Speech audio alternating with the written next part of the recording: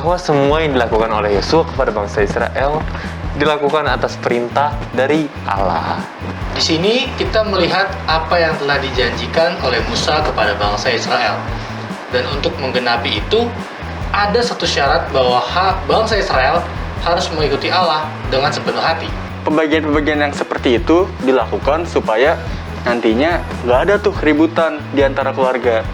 Tuhan itu memang kekuatan kita kok. Tuhan itu memang segala-galanya buat kita. Nggak perlu takut apapun.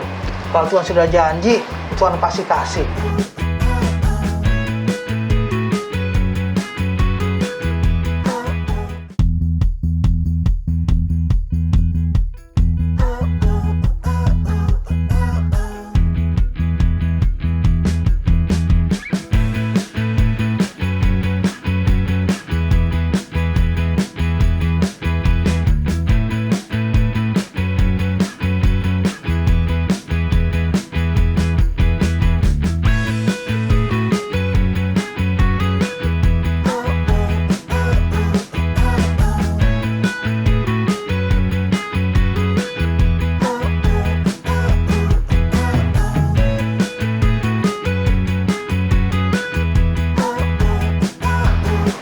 Halo teman-teman, apa kabar? Semoga hari ini hari yang menyenangkan ya buat kalian. Kita tiba pada pelajaran ke-10 dan dalam minggu ini kita akan membahas tentang beragam kasih yang Allah berikan bagi kita manusia. Melalui pelajaran ini juga kita akan mendapatkan kekuatan iman agar tetap berserah kepada Allah, Sang Pemberi hidup. Iya ya, bener juga tuh Dok. Dan tentunya hal ini sangat cocok untuk kita orang-orang muda agar lebih banyak kita belajar tentang kasih Allah dalam kehidupan sehari-hari kita. Dan hari ini kita telah masuk pada pelajaran yang ke-10 kan? Ke-10. Ya, dengan Anda topik bersalah tadi. dengan topik pembahasan bagian real estate. Oke, nah sebelum kita lanjut nih, mau pancing dulu sama pertanyaan yang simple dengan kehidupan kita. Oke. Nih, pernah nggak kalian atau mungkin teman-teman yang ada di rumah, orang tua kalian itu kayak kasih warisan gitu ke kalian? Ini punya bersaudara kan, berapa bersaudara? Dua. Brian? 3. Nah, pernah nggak orang tuanya kasih warisan gitu, bagi-bagiin? Yang pertama bakal dapet ini, yang kedua bakal ini. Pernah nggak? Warisan ya? Iya. Orang tuaku masih ada. Oh, belum ya? Belum. Maksud lu apa? Nggak ada warisan. Pernah mungkin belum, cuman kalau kita berfantasi. Iya, pasti ada lah. Gitu. Cuma kayaknya kurang relevan nggak sih kalau buat kita bertiga? Iya sih, mungkin Karena orang kita semua tuh bukan anak tertua kan? Iya. Ya kan? Lu anak berapa? Kedua. Lu anak berapa? Terakhir udah sama kita. Sama, kita anak terakhir. Iya. Jadi kayaknya bisa jadi coba dapat sisa-sisanya doang aja. Iya benar. Bisa. Gambarnya kayak gitu ya. Oke. Nah, dari jawaban-jawaban kita tadi itu dapat kita simpulkan bersama bahwa apa yang telah dilakukan itu adalah sebuah patokan, sehingga nanti mungkin orang tua kita menginginkan agar supaya nantinya tidak terjadi suatu pertengkaran antara saudara-saudara hanya karena entah itu memperebutkan harta atau hal-hal lainnya. Nah ya benar tuh Dok, pembagian-pembagian yang seperti itu dilakukan supaya nantinya nggak ada tuh keributan di antara keluarga. Nah, ada juga nih di Alkitab, pada saat bangsa Israel tiba di tanah Kanaan yang dilakukan demikian. Mereka bersama-sama melakukan pembagian tanah Kanaan kepada ke-12 suku Israel. Hal ini dilakukan seperti tadi agar tidak ada perebutan wilayah antara mereka. Nah, kalau kita lihat lagi bahwa pemberian hak atas wilayah yang dilakukan itu sudah berdasarkan apa yang dititahkan oleh Musa. Dan menariknya di sini adalah bahwa semua yang dilakukan oleh Yosua kepada bangsa Israel dilakukan atas perintah dari Allah. Dan jika kita ingin mengaplikasikannya dalam kehidupan kita, bahwa komunikasi dengan Allah dalam mengambil suatu keputusan adalah hal yang sangat penting untuk kita lakukan dalam kehidupan kita. Benar tuh. Seperti di dalam Mazmur 91 ayat 1, orang yang duduk dalam lindungan yang maha tinggi dan bermalam dalam naungan yang maha kuasa. Iya benar, pelajaran kali ini ada seperti sebuah pelajaran yang sangat-sangat luar biasa karena kita akan berbicara tentang bagian real estate. Bener banget. Nah, kita akan membahasnya di sini bersama aku Brent Tamunan dari Jembat Jamrut dan juga Saya Ludwig Yosi Zebedeus dari Jemaat Warakas. Dan saya Frank Geraldo dari Jemaat Rawamangun. Tetap di Cornerstone Connections.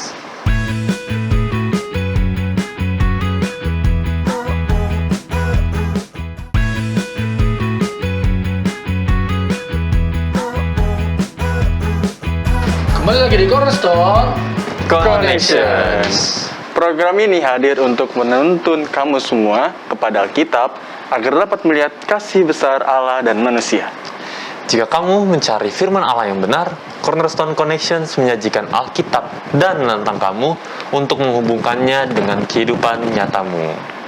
Nah, sepanjang turunan ini tema besarnya adalah garis di pasir. Dan kita sekarang sudah masuk pada pelajaran ke-10 dengan judul bagian real estate.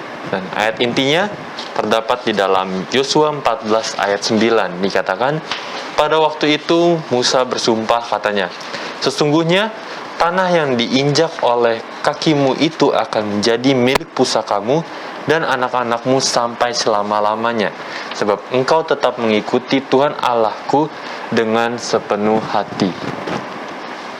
Di sini kita melihat apa yang telah dijanjikan oleh Musa kepada bangsa Israel. Dan untuk menggenapi itu, ada satu syarat bahwa bangsa Israel harus mengikuti Allah dengan sepenuh hati.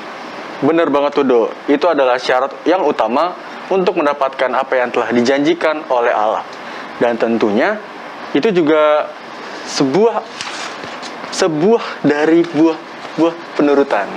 Nah, tadi yang seperti Aldo dan Brent katakan, berhubungan dengan sekilas cahaya dalam Alfa dan Omega jilid 2 halaman 121 dan 122 dikatakan, ia Kaleb tidak meminta bagi dirinya satu negeri yang telah ditaklukkan, tetapi tempat yang lebih daripada yang lainnya yang dianggap oleh para mata-mata itu mustahil untuk dikalahkan.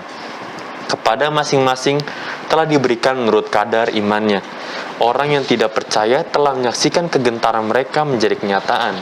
Sekalipun adanya janji Allah, mereka telah menyatakan bahwa adalah mustahil untuk mewariskan Kanaan, dan mereka pun tidak mewarisinya.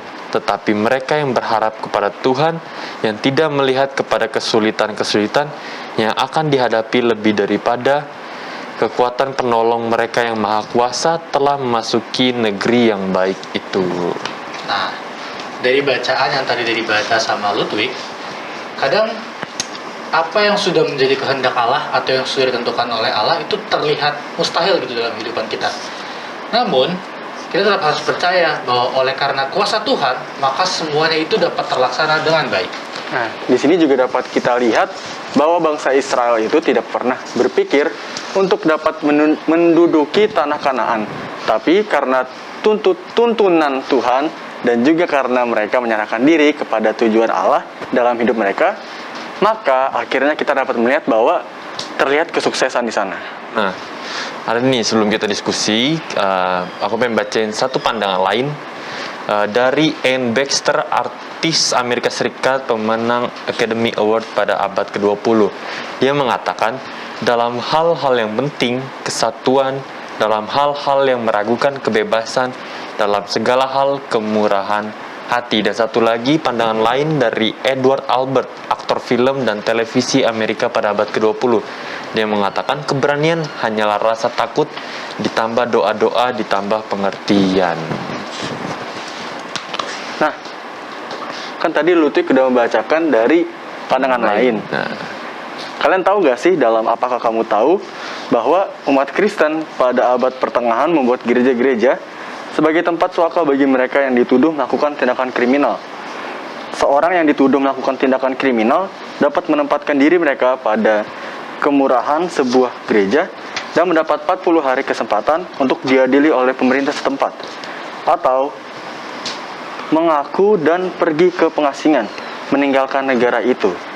Ketika Raja James yang pertama secara resmi meresmikan gereja sebagai tempat suaka pada tahun 1623, orang teraniaya berbalik ke gereja-gereja sebagai tempat perlindungan selama berabad-abad. Tradisi ini mengalami perubahan yang tragis selama genosida Rwanda pada tahun 1994. 8.000 warga Tutsi Rwanda mencari perlindungan di kompleks Advent di Mugonero. Namun, hampir semua mereka diserang sampai mati pada Sabat pagi, tanggal 16 April. Ketika orang mulai mencari nomor satu dan melupakan bagaimana kita berhubungan dengan yang lainnya, merefleksikan hubungan kita dengan Yesus. Yang ada ayatnya di sini, Matius 25 ayat 40. Tragedi tidak bisa dihindari. Nah, yang tadi Brian udah bacakan nih, dalam apakah kamu tahu, di sana kita dapat temukan bahwa rumah Allah adalah tempat yang utama, yang selalu menjadi tempat di mana orang berdosa seperti kita meminta keampunan. Dan kabar baiknya adalah Tuhan telah menyediakan kita sebuah tempat untuk kita berkumpul bersama, dan di sanalah kita akan merasakan dengan baik kuasa Allah dalam kehidupan kita. Oleh sebab itu, inti dari semua ini adalah bahwa Allah dengan sangat baik menuntun kita untuk mendapatkan apa yang kita miliki. Cara untuk mendapatkannya adalah dengan menyerahkan sepenuh diri kita kepada Allah dan melakukan apa yang diinginkan oleh Dia. Nah, sesuai yang tadi saya udah katakan, kan kita bakal diskusi nih. Nah, di bagian apakah pendapatmu? Jadi nanti saya bakal kasih satu statement, nanti Aldo sama Brian tinggal bilang setuju atau nggak setuju, sama alasan singkatnya lah. Nah, yang pertama, statement pertama adalah lebih baik mencoba kemudian gagal daripada tidak pernah mencoba sama sekali. Setuju atau tidak setuju? Tadi apa pertanyaannya? Lebih baik mencoba kemudian gagal daripada tidak pernah mencoba sama sekali. Setuju? Kalau menurut saya pribadi ya, Iya. ini tuh setuju banget. Karena you never know when you never try it. Wih. Yoi. Jadi daripada kita nggak mencoba, siapa tahu justru pas kita udah coba malah senang kan. Karena lebih baik kita bergerak, mungkin bisa nyesel, tapi lebih nyesel lagi kalau kita nggak ngelakuin. Oh, Brian, setuju nggak? Gue mau bilang setuju, ntar takutnya bilang ikut. Cuman setuju. Ya. Karena ya dari kegagalan itu ya kita bisa tahu apa yang harus kita lakukan ke depannya. Benar. Oke, ini terakhir ya. Setuju atau nggak setuju? Kamu tidak perlu terlalu berhati-hati. Kamu tidak perlu terlalu berhati-hati. Berarti sepele gitu ya. Terlalu overthinking gitu. Kamu tidak terlalu perlu berhati-hati. terlalu berhati-hati. Setuju atau nggak setuju? Kalau tidak perlu, apa sih, gimana sih? Tidak perlu. Kamu tidak perlu terlalu berhati-hati. Berarti- Jadi nggak perlu terlalu hati-hati. Oh, lah. berarti- Menyepelekan ya. Tapi nggak beda, Bray. Oh, lebih santai. Iya, lebih santai Oh. ngertinya. Kalau menurut gue sih setuju, karena biar gimana pun kalau terlalu berhati-hati kan artinya nggak mau ngambil resiko kan.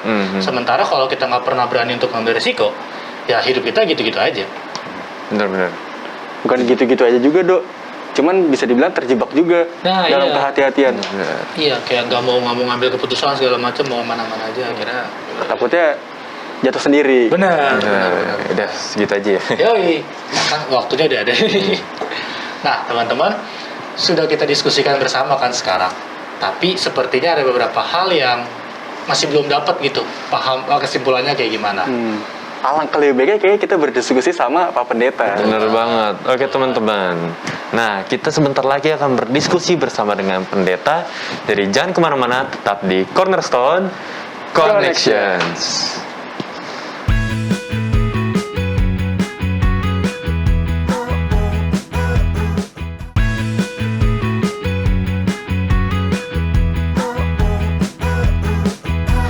Kembali lagi di Cornerstone Connections. bersama kita semua di studio dan juga ada Pak Pendeta Benny Tambunan. Shalom Pak Pendeta. Selalu Pendeta. baik-baik semua. Baik. baik. Ya. Puji Tuhan. Kita langsung aja ke pertanyaan nih Pak Pendeta ya. Karena kelihatannya Ludwig udah nggak sabar Pak Pendeta tentang pelajaran kita pada sahabat ini. Nah Pak Pendeta, aku mau bertanya nih. Kan dalam pelajaran kita ini kita mengetahui bahwa ini tuh tentang pembagian wilayah untuk suku-suku Israel yang udah masuk nih Pak Pendeta. Nah, yang aku pengen tanya, tujuan pembagian wilayah itu untuk ditempati oleh bangsa Israel tuh sebenarnya untuk apa Pak Pendeta? Iya. Kita tahu bahwa yang keluar dari Mesir, kemudian perjalanan sampai yang masuk itu kan banyak, bukan hanya sedikit. Ya. Dan kita tahu bahwa turunan-turunan itu ada berdasarkan suku, ya, berdasarkan suku. Jadi kenapa itu harus ada? Ya karena memang harus dibagi. Nggak mungkin selalu kanan kemudian bebas kamu pilih di mana. Nanti pada waktu sensus susah, ya kan? Pada waktu ada hal-hal lainnya susah untuk cari ini siapa. Jadi itu dibagi berdasarkan keturunan, ya. Oke, suku ini di mana, taruh tempatnya, suku ini di mana, taruh tempatnya, dan lain sebagainya. Ya, dalam pelajaran sekolah sahabat kita dikatakan dengan judulnya bagian real estate, yaitu pembagian dalam tanah yang harus mereka tempati. Nah, pendeta nih aku mau nanya nih sehubungan sama pelajaran kita nih pendeta. Kan kita belajar yang tadi kata Brian, kita belajar tentang pembagian wilayah nih pendeta. Nah, mungkin kalau misalnya kita anggap secara garis besar kayak ngapain nih kita belajar pembagian wilayah gitu kan, buat apa? Jadi yang aku mau tanya sebenarnya pelajaran minggu ini ingin mengajarkan kita tentang apa sih pendeta? Ya, pelajaran kita dalam minggu ini memberikan kepada kita bahwa Tuhan sudah janji kamu nanti akan menempati tanah ini, walaupun kamu sudah di Mesir, janji lagi Tuhan akan berikan nanti tanah kamu bukan di sini, bukan di Mesir tempatnya, tapi tanah Kanaan yang akan diberikan. Kemudian Musa juga mengulanginya, ya. Kalau kamu setia kepada Tuhan, kamu pasti akan memiliki tanah luhur, ya, ayat inti kita. Jadi diberikan itu adalah agar bangsa Israel berada di tanah mereka sendiri, mereka bisa beribadah kepada Tuhan sendiri tanpa ada hal-hal yang menghalangi. Ya. Kalau dulu waktu di Mesir kan mereka nggak boleh, ya. Waktu mereka keluar kadang-kadang juga ada hal yang mereka harus lakukan dan lain sebagainya, persungutan dan lain sebagainya. Sekarang sudah ada tanah tempat mereka, sudah ada tempat di mana mereka bisa beribadah dan lain sebagainya, bisa memuliakan Tuhan dan lain sebagainya. Sekarang ini waktunya bagi mereka untuk kembali kepada kehidupan normal sebenarnya, ya. Dulu kemudian nenek moyang mereka, sekarang mereka kembali lagi untuk hidup bahwa begini loh hidup sebagai umat Tuhan. Mereka itu jadi model bagi bangsa-bangsa sekitar siapa Allah yang mereka sembah dalam segala sesuatu. Itu yang Allah inginkan. Oke, Bapak Pendeta. Nah, aku nih agak sedikit penasaran nih dalam cerita di pembahasan kita pada hari Sabat ini. Disebutkan bahwa Kaleb, ya di sekilas saya kan disebutkan bahwa ia atau Kaleb tidak meminta bagi dirinya satu negeri yang telah ditaklukkan, tetapi tempat yang lebih daripada yang lain yang dianggap oleh para mata-mata itu mustahil untuk dikalahkan. Nah, aku cuma penasaran aja sih, kenapa si Kaleb ini diberi suatu hak istimewa untuk menentukan tanahnya sendiri, untuk menentukan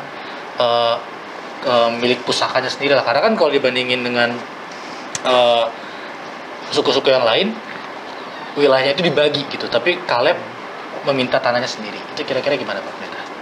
Iya, pada waktu masuk ke tanah Kanaan, kita tahu ada dua di luar, ya sudah dapat, kemudian ke dalam, kita sudah pelajari. Sebenarnya kan kasih lihat, ini tanah nih, ya. Oke, kamu mau bagian mana, ya. Tapi belum jadi hak mereka sendiri karena ada bangsa-bangsa yang sebelumnya udah ada di situ kan. Jadi mereka harus taklukkan tanah-tanah itu, orang-orang yang ada di sana, untuk mereka bisa menguasai tanah itu. Jadi pada waktu tanyakan mana, Yosua kan pertama-tama bilang saya enggak, nanti aja. Ya, jangan lupa kenapa dia diistimewakan, karena di antara mata-mata itu kan dia dengan Yosua saja yang memberikan, maju aja Tuhan akan kasih, nggak perlu takut. Ya, walau orangnya besar-besar, walau orangnya galak-galak dan lain sebagainya, kejam dan lain sebagainya, masuk aja, Tuhan katakan ini jadi milik kita, maju saja. Karena mereka berdua yang memberikan. Kemudian dia dikasih, oke, kamu pilih mana, tapi dia akan menolak, ya. Dia katakan nggak, nanti aja saya, yang penting kita kalahkan dulu semuanya, ya. Dan kalaupun dia ambil nantinya yang memang sulit untuk dikalahkan, karena dia yakin bahwa Tuhan memang sudah kasih dan mereka akan bisa memenangkan tanah tersebut. Nah, Pendeta, aku juga ingin bertanya, Pendeta. Pertanyaanku ini adalah, mengapa Allah malah menunjuk kota-kota perlindungan, bukannya melarang pembalasan pribadi sekalian?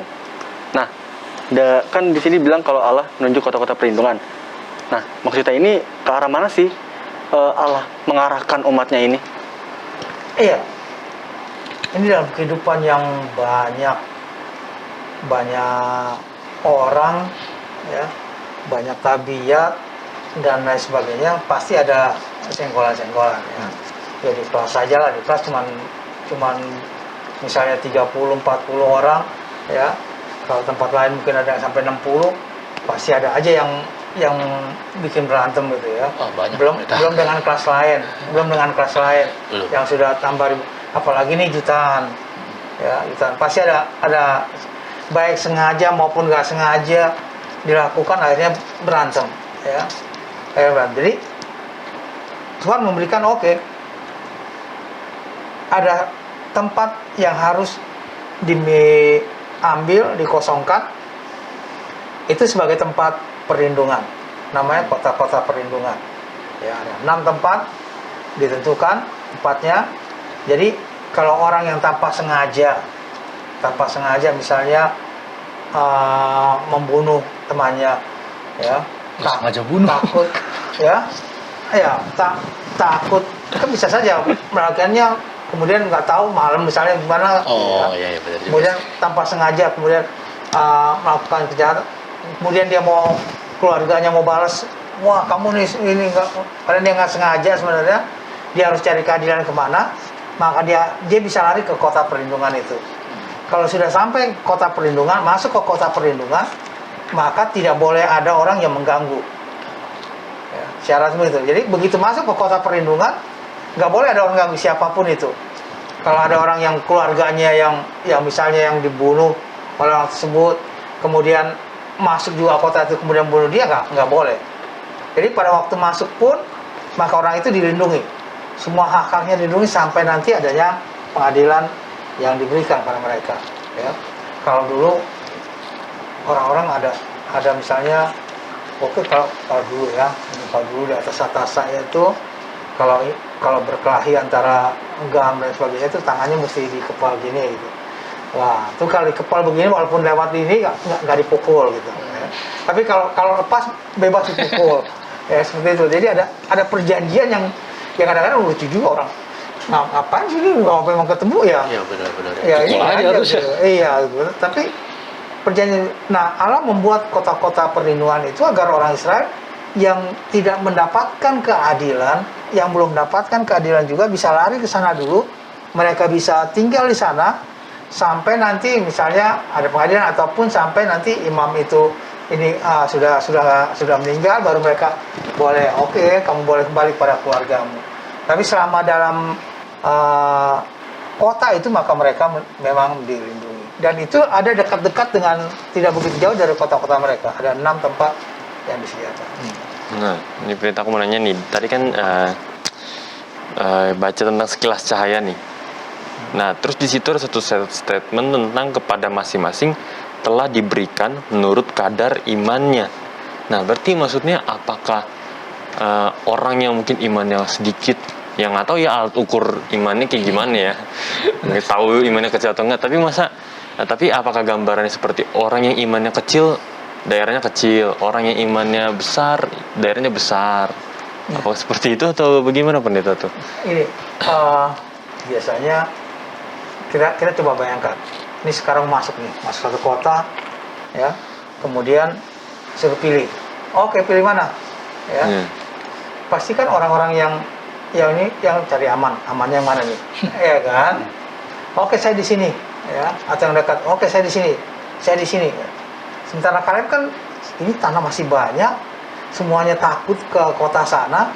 Dikatakan Tuhan kasih kok, saya kenal aja, ya. Jadi dia justru mengambil sikap bahwa Tuhan sudah kasih, dengan imannya kita pasti mengalahkan sana, kita pergi ke sana dan kita duduki negeri itu. Jadi menduduki kota itu, jadi dia tidak takut dengan apapun yang terjadi, sehingga dengan imannya itu dia katakan Tuhan sudah kasih, dia pergi. Jadi maksudnya di sini adalah bahwa kita dalam hal ini boleh saja pergi, boleh saja memilih, ya. Biasanya orang yang yakin udah dapat enaknya aja, maka mereka akan memilih tempat yang sudah mereka sediakan di situ saja. Oke, Pak Pendeta, mungkin sebelum kita tutup satu pertanyaan terakhir kali ya Pak Pendeta. Jadi pertanyaannya adalah setelah kita mempelajari pelajaran ini di pelajaran keberapa sekarang? 10. Di pelajaran ke-10 ini, kira-kira apa sih yang Tuhan inginkan untuk kita lakukan berdasarkan cerita yang sudah kita bahas? Iya, pelajaran kita kan memberikan beberapa, kalau kalian tadi sudah baca juga ayat-ayat yang diberikan di sana, ya, bahwa Tuhan itu memang kekuatan kita kok. Tuhan itu memang segala-galanya buat kita. Nggak perlu takut apapun. Kalau Tuhan sudah janji, Tuhan pasti kasih. Ya. Jadi dalam hal ini dimintakan pada kita bahwa sama seperti Kaleb, sama bangsa Israel lainnya yang oke maju berperang, ya duduki baginya, dan setelah dibagi oke kita senang dengan pembagian itu, maka kita akan melakukan segala sesuatunya dengan baik. Jadi itu yang dimintakan agar kita tidak perlu takut dengan segala sesuatunya. Oke. Nah, mungkin karena ada yang mau nanya lagi atau Udah cukup sih kalau dari saya. Kayaknya nggak terasa ya. Yoi. Diskusi kita ini udah di ujung. Udah di ujung. Nah, Udah mungkin mau berakhir. udah mau berakhir. Nah, mungkin Pak Pendeta Benny bisa berikan kita 1 atau 2 kalimat sebagai kesimpulan supaya sahabat-sahabat Cornerstone di rumah bisa selalu mengingatnya dan menguatkan iman kita semua. Mungkin sekalian juga mendoakan kita semua, Pak Pendeta. Baik, bagi sahabat-sahabat Cornerstone dimanapun pada saat ini berada, pelajaran sekolah sahabat kita pada saat ini memberikan kepada kita bahwa bagian real estate, kalau kita dapat bagian yang diberikan bagi kita, bersyukurlah, gitu ya. Kita berterima kasih bahwa Tuhan akan memberkati, Tuhan akan melindungi, Tuhan akan menjagai, Tuhan akan memberikan segala kebutuhan kita. Jadi apapun yang Tuhan berikan, mari kita bersyukur. Apapun yang Tuhan canangkan, mari kita ikut di dalam segala sesuatu. Oke, kita sama-sama tunduk kepala, kita berdoa. Bapa di surga, terima kasih atas pelajaran yang Tuhan berikan bagi kami. Terima kasih atas segala firman Tuhan yang telah kami pelajari, yang mengingatkan bagi kami bagaimana Tuhan sebenarnya sudah mengatur hidup kami untuk lebih baik, untuk diri kami, dan juga menjadi kepujian kemuliaan bagi nama Tuhan. Memberkati orang-orang muda dimanapun mereka berada. Demikian juga yang sakit, Tuhan berikan kesembuhan, yang dalam keadaan susah dan berseru pada Tuhan, Tuhan memberikan jawaban bagi doa-doa mereka, dan dengan demikian mereka boleh merasakan kasih Tuhan. Memberkati masing-masing kami berdoa dalam nama anak Yesus Kristus, Tuhan dan Juru Selamat kami. Amin. Amin. Oke teman-teman, itulah pembahasan pelajaran Cornerstone kita sepanjang pekan ini bersama sahabat-sahabat di studio dan juga Pak Pendeta Benny Tambunan sudah berakhir. Terima kasih ya. Semangat terus dalam mempelajari dan mengulik Alkitab. Buatlah sebuah ketetapan untuk baca Alkitab kamu dari halaman ke halamannya dan lihat sendiri apa yang terjadi di sana. Banyak janji pengharapan yang Tuhan tulis buat kita semua. terima kasih kepada sahabat-sahabat Op Channel yang selalu setia belajar dan mencari firman Tuhan melalui Cornerstone Connections.